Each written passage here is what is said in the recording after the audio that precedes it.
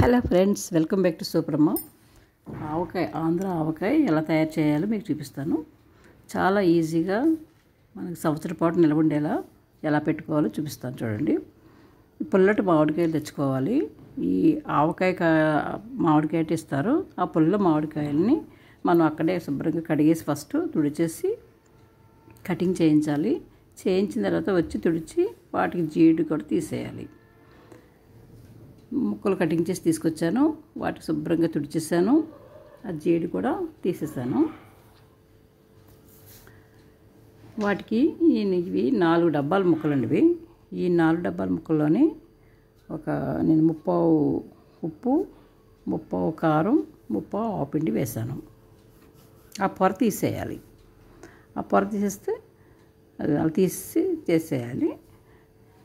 చాలా టేస్ట్గా ఉంటుంది. ఈ రకంగా చేయండి.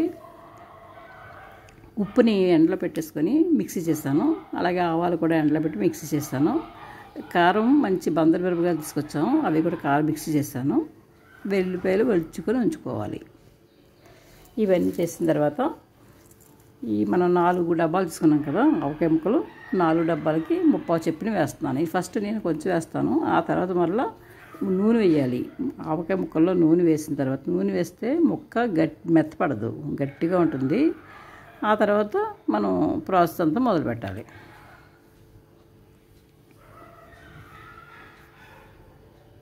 ఉప్పు, గళ్ళుప్పు అవి మిక్సీ కొట్టేసి వేసుకోవాలి. అలానే కారం 30 కప్పు కారం వేసుకోవాలి.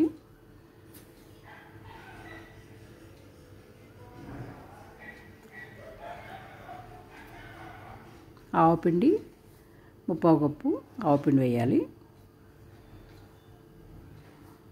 అంటే మనం ఏ కొలత అయితే డబ్బా కొలుచుకున్నామో దాంతో 30 అని అర్థం. 4 కప్పులు మామిడికాయలు అయితే 30 వేసాను నేను అన్నీ.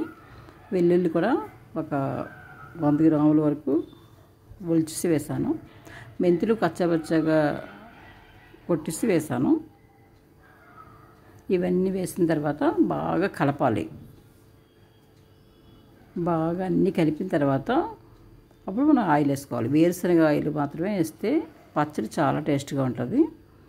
వేరుశనగ ఆయిల్ని మనకి దీంట్లో 1 కేజీ పడుతుంది, లేదా కేజీ పావన్న, అంతకన్నా ఎక్కువ పడదు. ముందుగా మనం ఆయిల్ వేసుకొని కలిపేసుకోవాలి. మనకి 1 గంటలోనే ఊరిపోద్ది, ఎందుకంటే ఊరుతుంది. ఈ ముక్కల్లో పులుపుదనం, ఉప్పు ఇవన్నీ కూడా గంటలో ఊరుతుంది మనకి. ముందు 1 కేజీ ఆయిల్ వేస్తున్నాను. 1 కేజీ ఆయిల్ వేసాను. ఇప్పుడు చక్కగా అంతా కలిపేయాలి. బాగా కలిపేసి మూత పెట్టి ఉంచాలి. గంట తర్వాత మరలా చూద్దాం. ఈ ప్రాసెస్లో పెట్టారనుకోండి, మనకి ఎక్కువ కారం అవ్వదు, ఎక్కువ ఆవపిండి ఏటి అవ్వదు, సమానంగా సరిపోతుంది. అది మూత పెట్టేసి 1 గంట తర్వాత మరలా చూద్దాం. ప్లీజ్ మా ఛానల్ ఫస్ట్ టైం చూస్తే సబ్స్క్రైబ్ చేయండి, ఒక లైక్ ఇవ్వండి. గంట తర్వాత ఆయిల్ అంతా తేలిపోయింది, కిందకి వచ్చేస్తుంది. బాగా ముక్కలు పులుపు కదా, ఈ కారం ఆవకాయకి పులుపు మామిడికాయలు మాత్రమే పెట్టాలి. అదే తీపి ఆవకాయ అనుకోండి, కలెక్టర్కాయలు పెట్టాలి. ఈ కారం ఆవకాయకి మాత్రం పుల్లటి మామిడికాయలు అయితే చాలా బాగుంటుంది. వాళ్ళు అడిగితే ఇస్తారు, ఆవకాయ మామిడికాయ అంటే ఇస్తారు. కారం ఆవకాయ అని చెప్పాలి. కలిపిస్తుంది, ఆయిల్ అంతా కిందకి చక్కగా వచ్చేస్తుంది. ఆ తర్వాత ఏం చేయాలంటే, కలిపిస్తున్న తర్వాత మనం ఒక జాడీలో కానీ, ఒక జాడీ లేకపోతే డబ్బాలో కానీ పెట్టేసుకొని మూత పెట్టాలి. మూత పెట్టిన తర్వాత 3 డేస్ తర్వాత చూసినట్లయితే చక్కగా ఊరి బాగుంటుంది. అదిగోండి, ఒక 3 డేస్ అయింది. 3 డేస్ అవ్వలేదు, 1 డే అయింది. 1 డే తర్వాత కలుపుతున్నాను. తర్వాత ఇప్పుడు జాడీలో పెట్టేస్తాను నేను.